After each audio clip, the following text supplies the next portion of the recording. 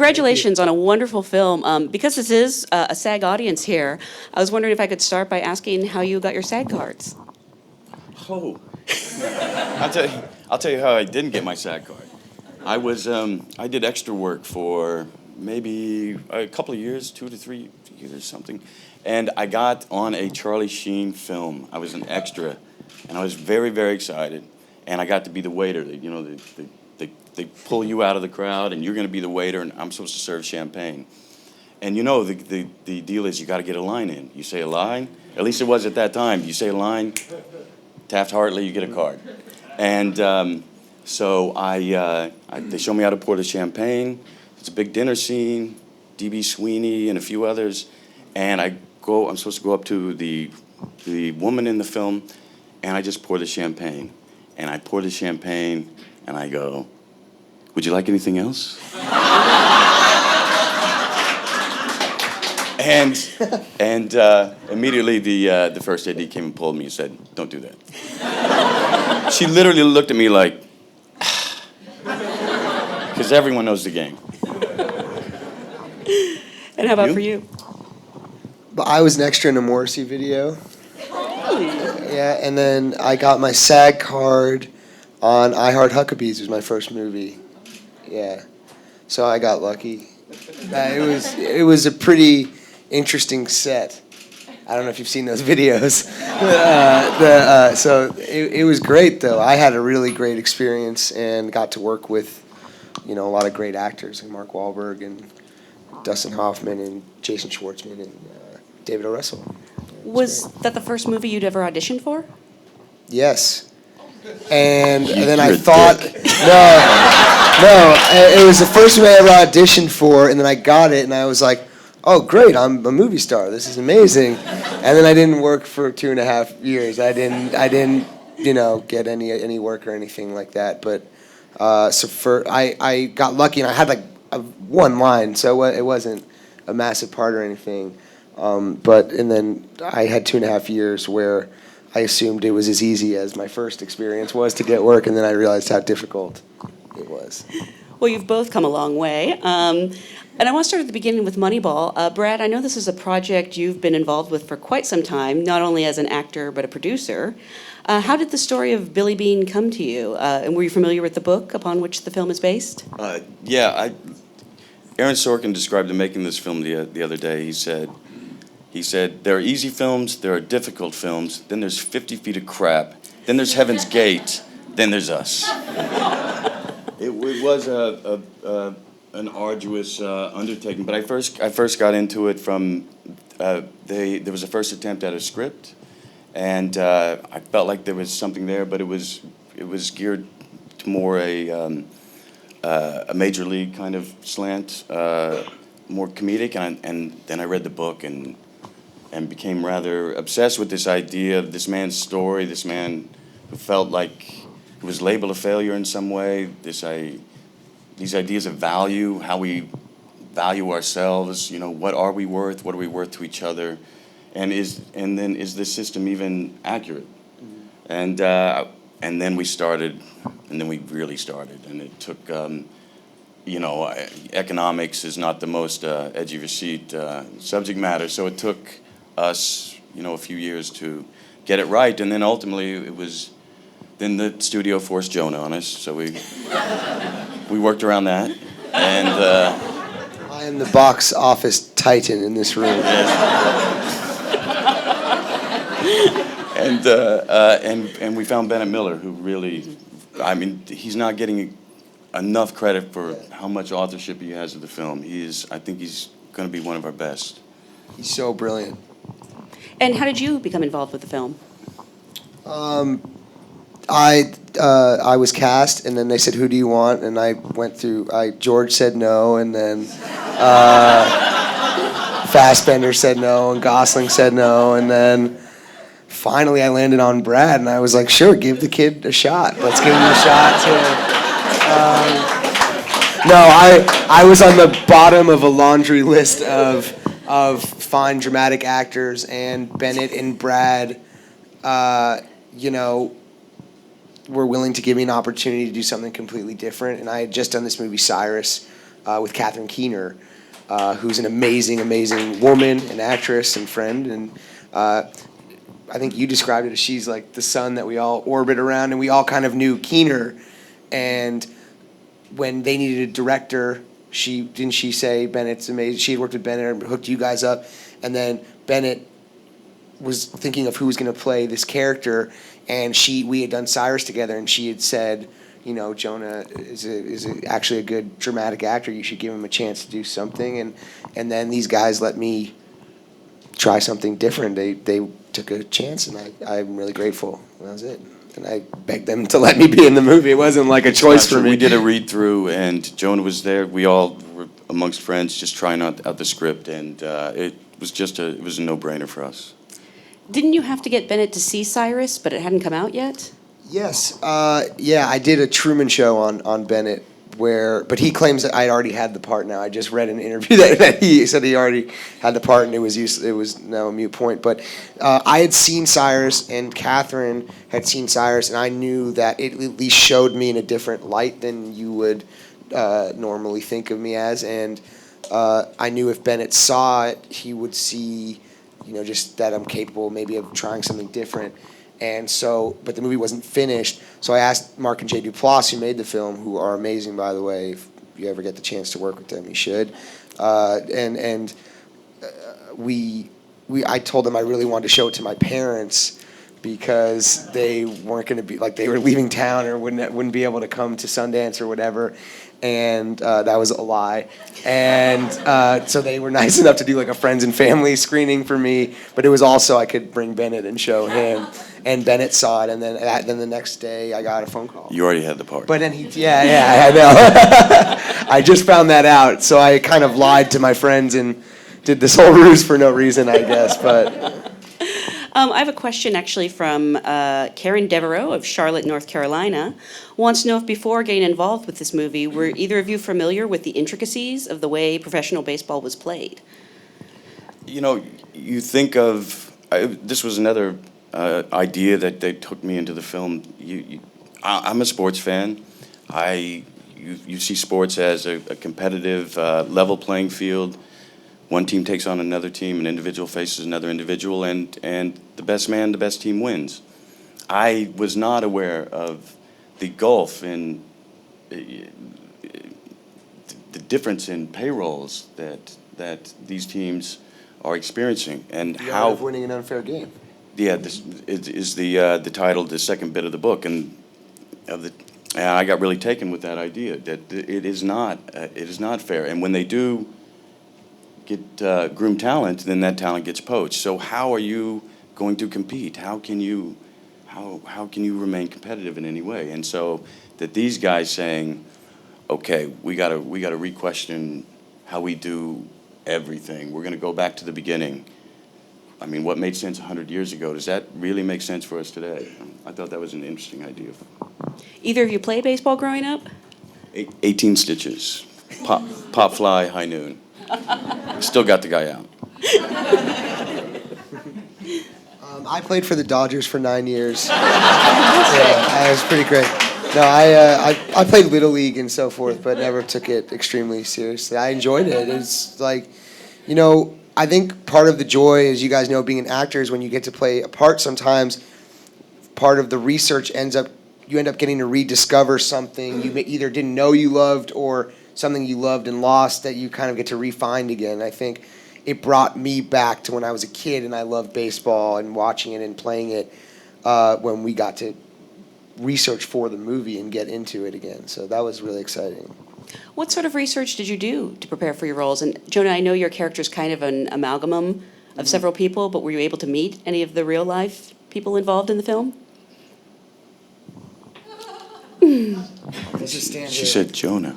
Oh, no, she said that's you me, guys. right. Yeah, no, you said you guys. No, we did. We spent a lot of time, over the years of getting this thing right with Billy and inside the A's organization, and we met with a lot of the sabermetric guys who schooled us on the science of it all.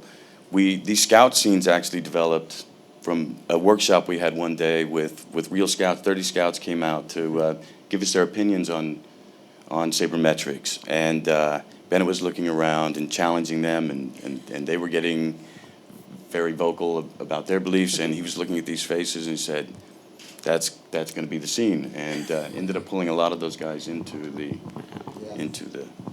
It was actually, that's actually an interesting thing that I haven't gotten to talk about a lot, but those scouts genuinely felt the fire and hatred towards sabermetrics that they do in the film. Mm-hmm. Most of those people are those people that he was just talking about. So I didn't want to become like chummy with them when we were shooting, because it was, when I did walk into the room, it did feel like I shouldn't be there and they didn't want me there. And I tried to keep that representation of opposing ideas. I thought that was interesting to represent that, because you did feel that when you bring this stuff up to those guys, you really do see their faces change and you see their anger, because it represents them not being needed anymore in their careers, in what they've spent their lives doing.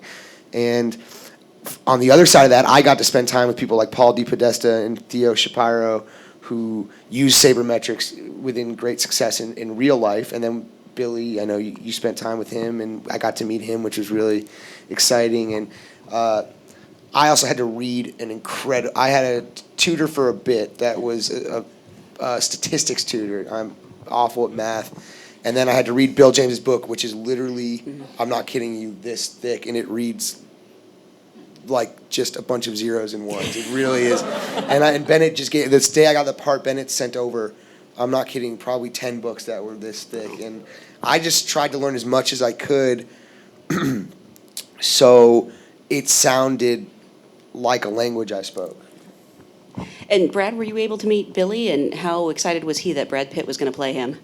I think he was sanely terrified by the idea that a movie was going to be made of it. He's a humble guy. He prefers to be in the on the sidelines.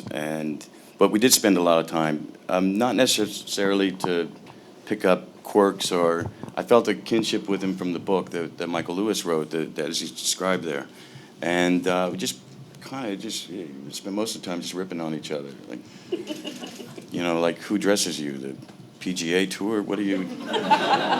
And he's such a cool guy. Yeah, really. He's good as gold.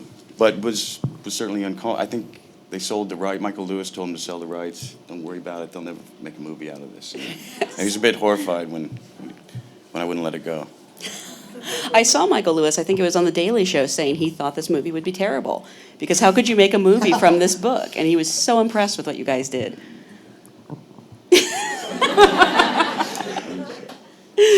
Out of curiosity, we were relieved. we felt the heat. We were relieved. You've played real people before, and obviously you couldn't, consult with Jesse James, but when you're playing a real-life character, how tight are you to imitation, like trying to get those quirks down, the voice, the look, and how much do you just want to create your own character? Again, I'm not trying to do an imitation. I think it's what's going on the inside. What's he wrestling with? Who? And again, we're trying to tell a particular piece of a human being's life within 2 hours. The goal is to get the essence of what they were dealing with at that time, and that becomes the focus. And then the other guys in the A's organization will rat him out, saying like he's always got food on his suits. He's a bit of a mess that way. So you pick up little things like that, but I'm not looking to mimic in that way. That's interesting, because several people have mentioned how much you're seen eating in this film. So that is a Billyism? Yeah, he's a bit of a junk food maniac, and then tries to go run it off, for 2 hours afterwards. What was the most difficult part of making the film? If there's a particular scene that was hard for you? If you've seen the blooper reel on this film, Brad had difficulty with a particular scene where you couldn't stop laughing. There's like 2 minutes of you laughing. My favorite scene in the movie, actually, when you're showing him the clip of the guy who hit a home run and didn't know it. What was so funny that day? I can't tell you what he said. It's so wrong. It's so wrong. Oh, it's something he said. So just think, this is the guy who did Superbad. Just head in that direction and then go further. Movie shoots, sometimes you're there for like 12, 15 hours, and sometimes you get joy out of trying to make the other person laugh when you're not on camera. I think that is one of the gifts of being an actor, is trying to see how someone handles when they're getting told the dumbest things on the planet and they have to actually react like they're watching something serious or moved by something. I don't know. We had a great time. I had a really great time. I know you did. I had a really great time. No, I laughed a lot. Obviously the sets I came up on, were sets where there were lots of really funny people, and the movies I made a lot growing up in this business were really funny movies where the atmosphere of the film, we were just trying to, like, when you're in a film set, you're kind of trying to create the atmosphere of whatever you're trying to portray on film. So a lot of the earlier movies I made were about people hanging out and making each other laugh. So that was kind of how I know how to behave on a film set. And then obviously Cyrus and this film were different vibes of the set. But then, with Brad and I's character, we had to be guys that met each other, and then, these guys really did become close in real life and had a lot of fun while they were doing this. Really, that when we met Billy and we met Paul DePodesta, I remember them saying, I just hope you capture how fun it was when you're in the video room all night, and when you guys know when you're working on something for long hours and you are doing work and it is intense work, but you're there for 12 hours and these guys did have a good time with each other and would laugh and throw the ball back and forth and do things that we did in the film that I thought was enjoyable to kind of capture that and make sure that translated, if that makes any sense at all. But I think a moment like us having a joke where he's laughing and being stupid for a second, that is what happens when you're cooped up in a room working on anything, And this was like a submarine, there's no windows, it's the bowels of the Coliseum, and our sets were that, so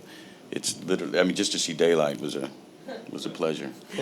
But as far as difficulty, it was difficult you're dealing with a story that's, as he says in the movie, these are upscale problems. They're not, it's not real problems. No one's dying, no one is sick.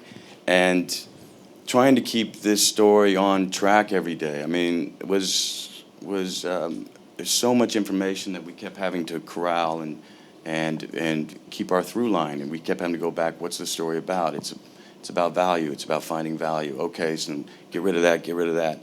Something else that was interesting that I think is particularly interesting to actors, Bennett was he was intent on bringing in real baseball insiders. Therefore, they're not actors. The baseball players, a lot of the scouts, they're not trained as we are.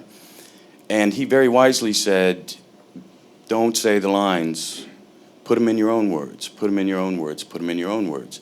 And so then it became incumbent on us to respond to that, and which it can be very exhausting. You got to be on your toes at all time. And these guys know baseball certainly more than we do.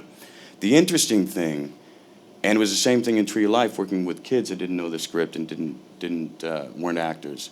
The interesting for us is there's a spontaneity that happens. There's a freshness that happens that's up on the screen that I really, really enjoy. And I think I'm questioning myself how to bring that into future projects, because I think it makes that little bit of difference in what we do to become more alive, because it is you are really on the moment. We have technique, we try to get to the moment, we have different ways to do that, but this particular, you're punching it out. You are punching out, and we were punching it out every day. And anyway, I thought it was I hope to be able to do more of that. Yeah, to me, the most difficult scene and my favorite scene I've ever shot in a movie is in this movie, and it's maybe a 30-second scene, and it wasn't because of the shooting it itself, but it's the scene where I tell Pena he's been traded to another team, and basically it wasn't the scene itself, it's what it represented, and the difficulty came from understanding this idea of what the scene was actually about. Because on the surface, it's just me going in and saying, you've been traded to another team, and then there's an uncomfortable moment, and then I get up and leave. But I think with Bennett and Brad, it was us talking for months to understand what each one of these scenes actually meant under the surface. And to me, that scene represented a kid getting, all of his ideas being executed on the highest possible level. And it's all fun, and responsibility has now become really fun and empowering. But then he has to go literally tell a man that his life has been affected negatively by my ideas. And that's a really powerful, it's understanding the dark side of responsibility. And it's a 30-second scene where a guy kind of grows up. And understanding that idea is what was difficult. Knowing that that's what that scene actually meant. And it wasn't just me saying, you've been traded, and then, that things mean a lot more than what they are on the surface. And that's what Bennett, when we talk about him being so great at his job, I think he is just so interesting that everything he does has so much below the surface meaning to it.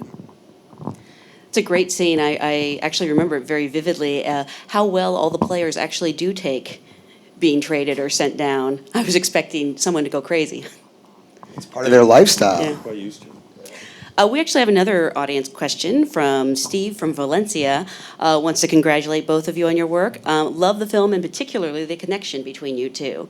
Out of curiosity, had you met before, and was that chemistry instantaneous? Only that one dark night when we drank too much and I woke up in a pool of urine. It wasn't mine. It wasn't mine. No, I'm sorry. We were up late. We were up very late. I was just a fan of Jonah's stuff. I think what these guys are doing, sometimes comedy gets put over to the side, and yeah, it's some of the toughest stuff. One, to pull off, but two, these guys have been bringing in this pathos and humanity to it. I found it to be some of the most daring stuff in the last few years, and so I was a fan and had. Oh, Milan. Yeah. That's it. Yes, that's right. It was a Radiohead concert, and they gave me some swank hotel. I wasn't staying the night, and I turned it over to, it had a bathtub on the second floor with glass. So I don't know what happened. This interview makes with my Jonah. life sound so cool. It's so much cooler than it actually is. But this was the one night, man, if I knew you guys better, I would tell you all about this night. But I was traveling. Gosh, it's such a great story. But yeah, we went to see Radiohead together in Milan because we had mutual friends. This was 6 years ago or something like that. And he had this incredible hotel room and then wasn't staying the night. And so I got it. But then there's this whole other thing. Okay, but whatever. It was really great. And we had a great time. And then we didn't see each other again for many years. And then the next time was about Moneyball. That was when we started on this process. And was the chemistry between you two pretty instantaneous, or did that develop over time? It was for me. I enjoy him a great amount. It's funny when a lot of the fun of this process is getting to do this kind of thing right now. We get along great. He's gonna make a joke, but we do get along great. I know he is, but we do get along great. I appreciate. What we do is it's a team sport. They're in this movie. Certainly, there's no Billy without Pete, and no Pete without Billy. And together, that was true about the guys in the book, Billy and Paul, that they could not have pulled this thing out. One needed the other's knowledge, and the other one needed him to implement the ideas. The other's weaknesses were the other one's strengths in their work. What we do is the same. I mean, it's a team sport. What he was doing, which I thought was so bold. I mean, it's a study in reserve. We feel like we need to do something. I just thought it was really bold stuff. So you either have to tell us what happened in the hotel or what you said to make him laugh so hard. Give us one. I can't, honestly. I really would. The thing, they're so stupid. They're both so stupid. Honestly, this has been the greatest experience of my entire life. Every day on working on this movie till now, till doing all of this stuff and getting to talk to you guys, like you guys actually caring what we have to say about our work in this film. Every single part of this has been an incredible gift for me. So this is just really exciting. And if you notice, I totally avoided both of those things. I'm good at my job. I know how to avoid this stuff. The other part of Steve's question was actually, there's a wonderful moment in the film when you're negotiating trades and Jonah's character corrects you on a player's name. Your response is so spontaneous, it made him wonder if that was scripted or improvised. Either way, it was true artistry. Is that Steve? That's Steve. Thank you, Valencia. Steve. No, that one was actually, there was a lot of ad-libbing in that, not ad-libbing, but invention in that scene, but. That was scripted. Because it was a long scene, but that was scripted. That's my favorite scene in the movie. Just as a viewer, those trade scenes were so fun to shoot. They were so like high energy. Mm-hmm. They shouldn't be exciting, but they are. You know, it's interesting. What about your response to the come on, where you like go to hit his hand and then kind of pull back? I think I just did that. Yeah, that was a choice. This so probably sounds so arrogant or whatever, but I really love my character in this movie. I watched the movie. I wish I was as lovable as that guy. You know, like he's such a lovable guy. He's never had like victories before, and he's always blended into the wall. So when these ideas are getting executed, it's so thrilling for him, and he kind of doesn't know how to show excitement for himself. You know, he's so excited. So those moments were so fun because he is so bottled up, and then he can't. It's like the first time he's ever let out something expressive. You know, it was really fun to play. So you get to make choices like that, and you know, that was really fun. It's such a great moment. It's one of my favorites. And I've already told you have my favorite line of the year in any film. I feel weird quoting you, but he hit a home run and didn't even realize it. Yeah. Such a beautiful scene that apparently you were laughing throughout. I want to see this blooper reel. You haven't seen it? Is it on the DVD? Yeah. It's 2 minutes of him laughing hysterically and not able to finish the scene. That's hysterical. I'm wondering if we can go back to the beginning of your careers. When did you realize you wanted to be an actor? For me, it was I grew up in Missouri, Oklahoma, Missouri, and I loved film. I had this profound love for film. My folks would take us to the drive-in on summer nights, and we'd sit on the hood of the car, and he would take us to see Clint Eastwood movies, and what I'm saying, R-rated movies. Even though we're very young, we'd go see what my dad wanted to see. But I just had this profound love for storytelling, this medium that shows us other cultures, places I'd yet traveled, and places I wanted to go, or said something better than I could say it, or helped me understand something. I think it's just an amazing thing we get to do. We're so complex. We're mysteries to ourselves. We're difficult to each other, and then here's this storytelling that reminds us we're all the same. And I consider it such a privilege. But it started with a love from growing up in a very small, contained environment, and film was expansive to me. That's interesting.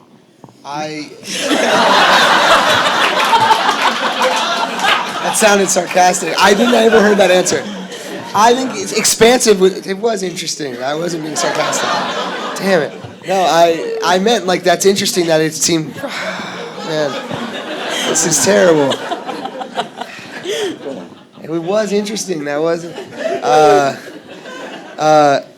God, that sounded awful. But I genuinely, the idea of it being able to expand your life is interesting to me, because mine was it was almost the opposite, where if the world seemed crazy or overwhelming, going to movies was like an escape, or like, that was the opposite of my love for movies, because I've always been a cinephile, And to me, it was like when things got overwhelming or life was stressful, to watch a movie and get engrossed in that was what made me happy and escape. So to be able to provide that for other people, like the most meaningful compliments to me are always from fans or people who say, I was having a really bad day, or I got some bad news and I went to see your movie and it made me forget about it for 2 hours, because that's exactly what I do with the movies I love. So that was the impetus for me wanting to help create moments like that for other people. And selfishly, I just love it, you know? It's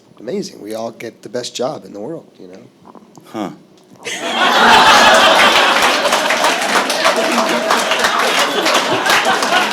You know what sucks about Brad?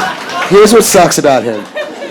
He's super good at acting. He's got a great career. He's a great guy. And he's funnier than me. It's bullshit. I'm so sick of it. He can't let me have that one thing. It's annoying.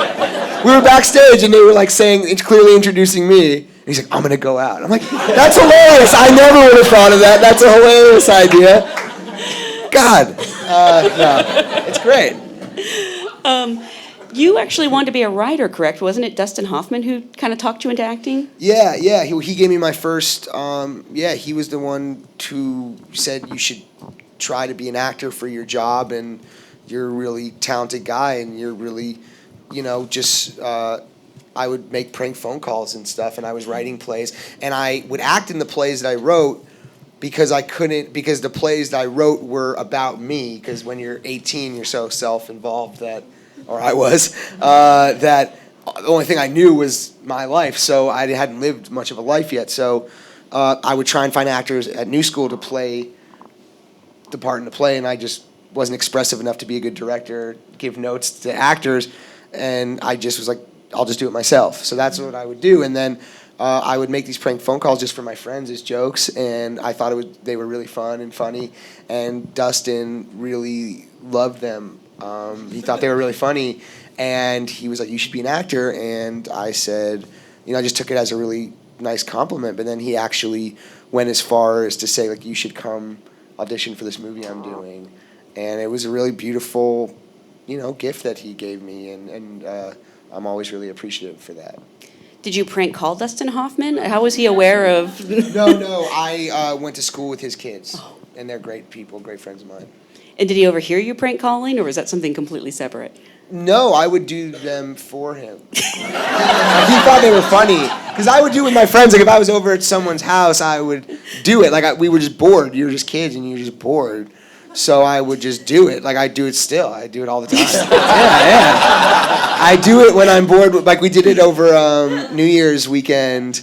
A really amazing prank phone call to do is if you have conference, you can call one Chinese restaurant or one food restaurant and then put on hold and then order some stuff and say, hold on one sec, and then call another one and order some stuff and then conference them together, and then they're talking to each other, and then you put yourself on mute, and they're like, okay, so you want like 3 orders of rice or whatever, and they're like, yes, well, you ordered 3 orders. Well, no, you ordered 3 orders of this. And it's just mayhem, like 2 people that don't understand what the hell's going on. It's really fun.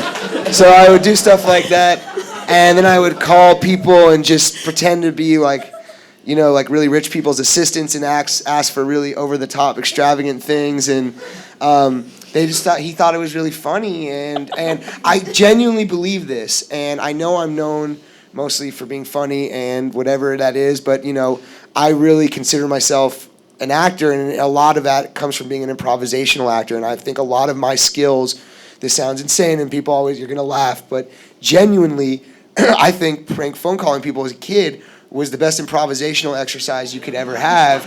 I'm being completely genuine, because you're playing a character, you're not being yourself, you create a character, you put yourself out in the real world. It's like what Sacha Baron Cohen did with like Borat. Mm-hmm. I think that it was basically, he was real life prank calling people. He was just created this brilliant character and went out in the world, and it was so funny and so interesting because it was so real and people's reactions were real. And you, in a scene when people are just throwing things at you, you don't know what's coming, you have to react in character. So it was a lot of skill building. I'm serious. Do it. So kids, start making prank phone calls. I support that. I'm on stage right now in front of nominated for a SAG award because of prank phone calls. And it must have been so much easier before caller ID. Yes, well, the game has changed, but also because the whole game is different now because people don't, before in my day, in the old days, like, 10, 15 years ago when I was doing this stuff all the time, people didn't have cell phones. So cell phones makes it really hard because people were at home and they would pick up their now they can see caller ID, they don't know the number, they let it go to voicemail, but at home your phone rang and you always picked it up, so you kids are going to have a harder time.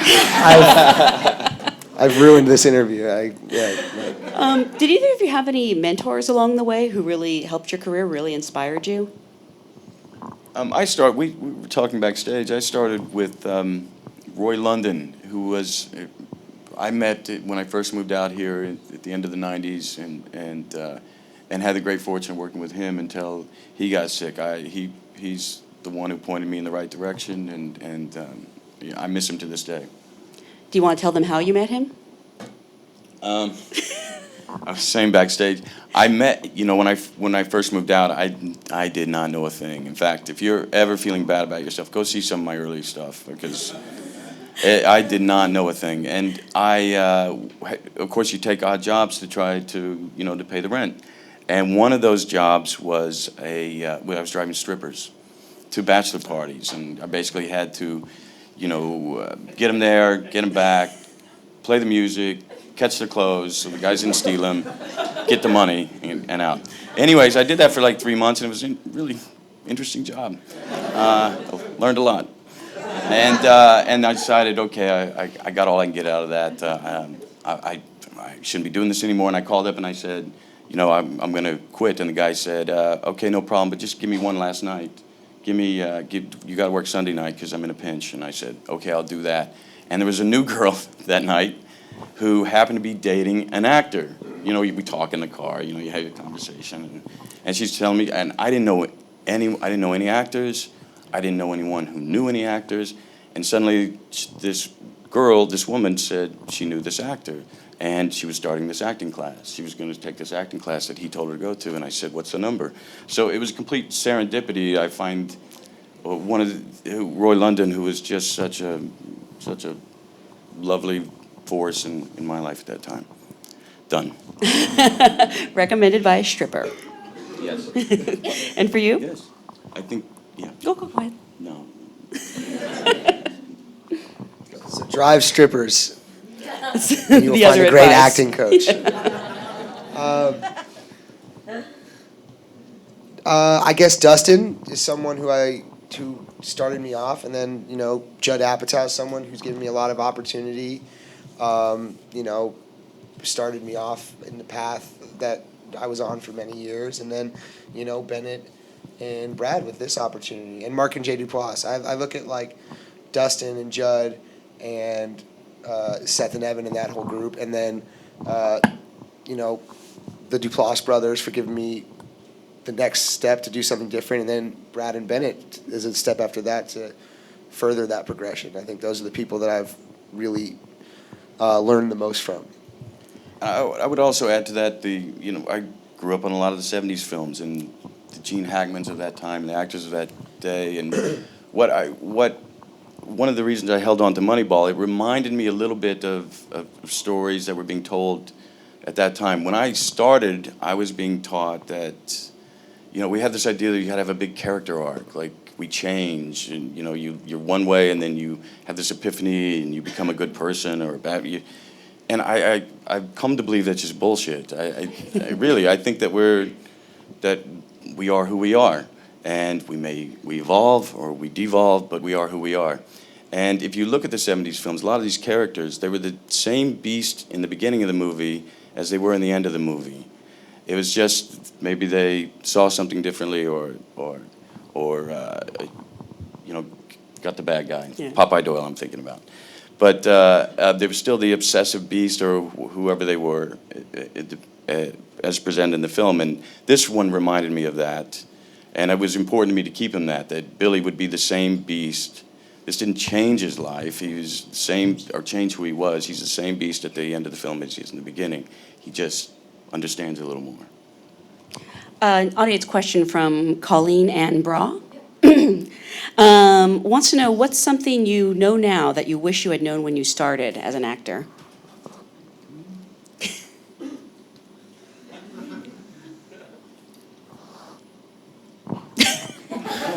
I'm thinking. I mean, it's a good tough question.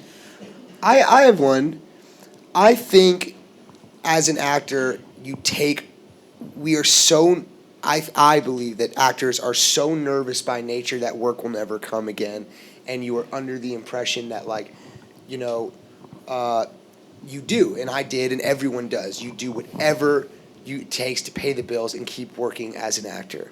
And I think that the interesting thing is when that changes a little bit, and you then have some choice, but you still keep that I still have that mentality of, oh my God, I just have panic, you know? An actor is a panicky job because work is so scarce and it's freaking tough, you know? And I think even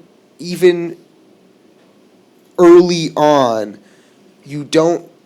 I didn't really have cognitive thought about who I was going to be as an actor and what I was going to be and what I wanted to do. It was more just like, okay, you want me to work for you? Okay, thank you so much. Oh my God.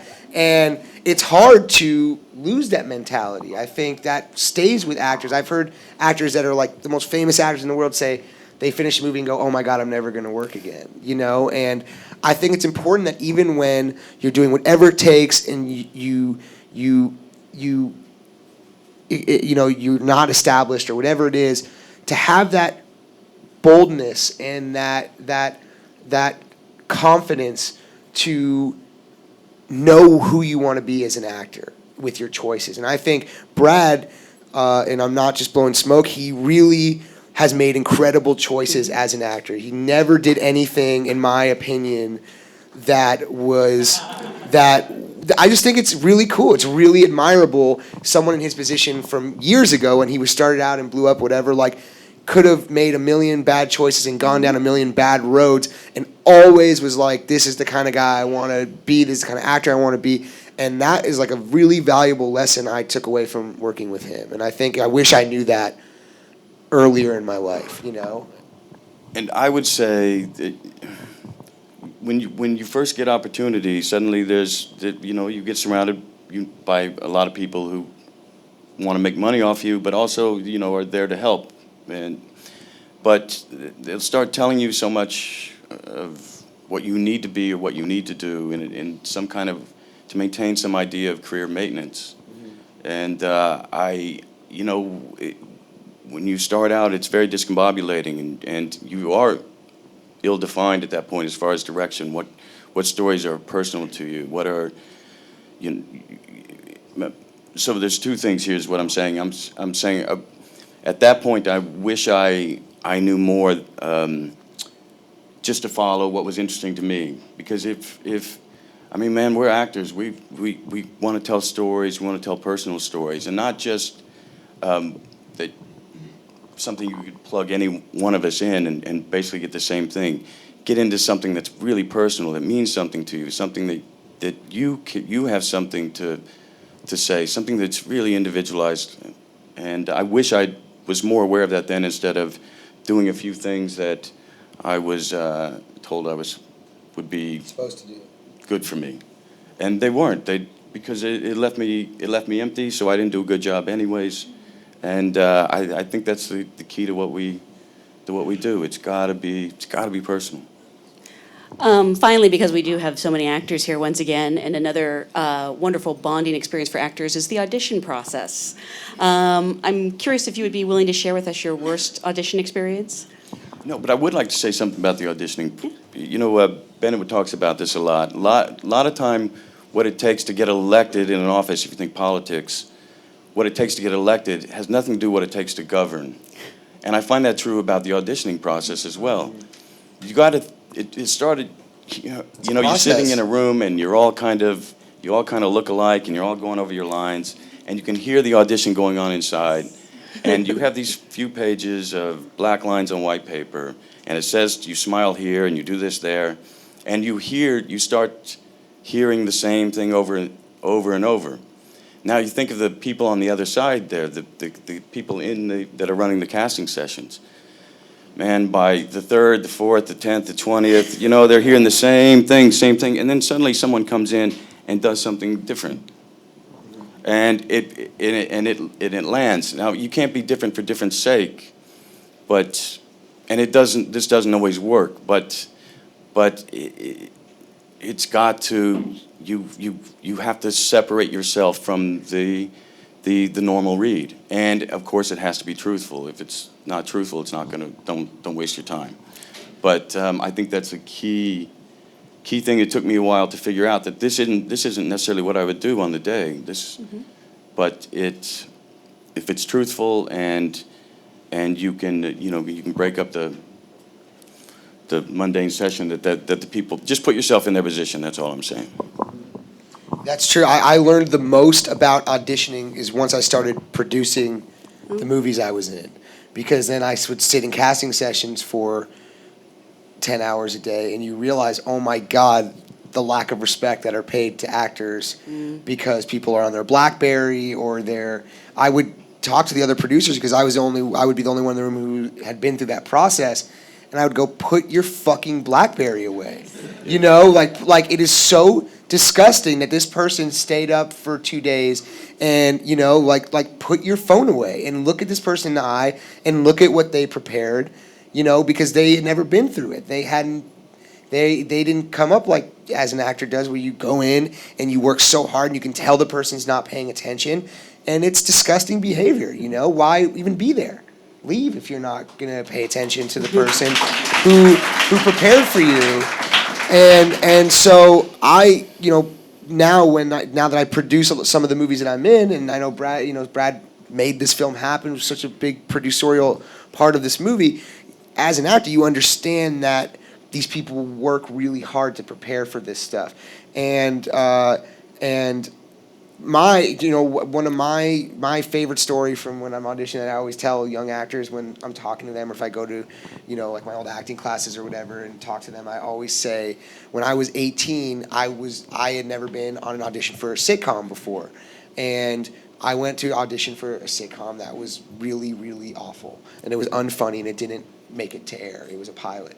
And the writers, I was 18, and I had stayed up, and I completely rewrote their pages. So I did a page 1 rewrite of my sides. And I came in, I go like, these guys are gonna love me. Like I totally made their show funnier. This is great. Like I'm not only gonna get the part, but these guys are gonna be like so psyched because their show's way funnier now. And I went in, I was 18, these guys had been writing, probably wrote on like Cheers and stuff, like been in the business for, 20 years. And I went in and I read it and I was like, oh my, I was just like waiting, like, here we go. Like, stop, don't bring all the praise at once. And the guy was like, what did you just read? And I was like, yeah, I punched it up a little bit. Like I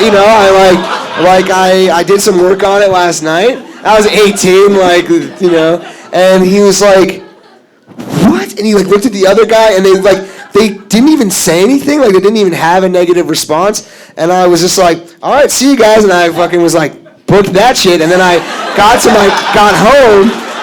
home, and my agent at the time called and already left me a message. So he was like, call me back. And I was like, here we go. Like, let's start negotiating, like how big's my trailer or whatever. And he was like, what did you do? And I was like, I just went in there and I crushed it. And he's like, the casting director called me. She's never gonna see you again. The guys were like freaking out. Like what you did was so disrespectful. Like, and I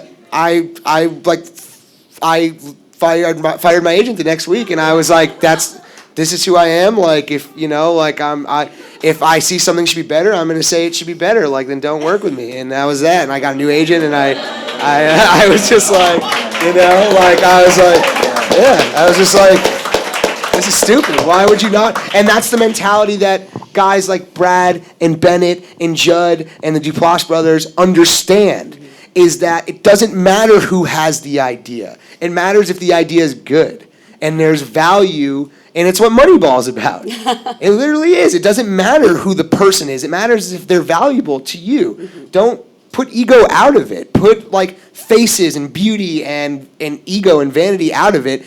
If someone who's the lowest level on your set has a great idea for your movie, put it in the movie. You know, that's why I love these guys that I've gotten to work around, these people I've gotten to work around, you know? I do want to congratulate you guys on a fantastic movie. It's career high performances from two people who have had very great careers. Thank you so much for spending time with us today. And thank you guys. Thank you all. Much appreciated. Yeah, thanks for coming.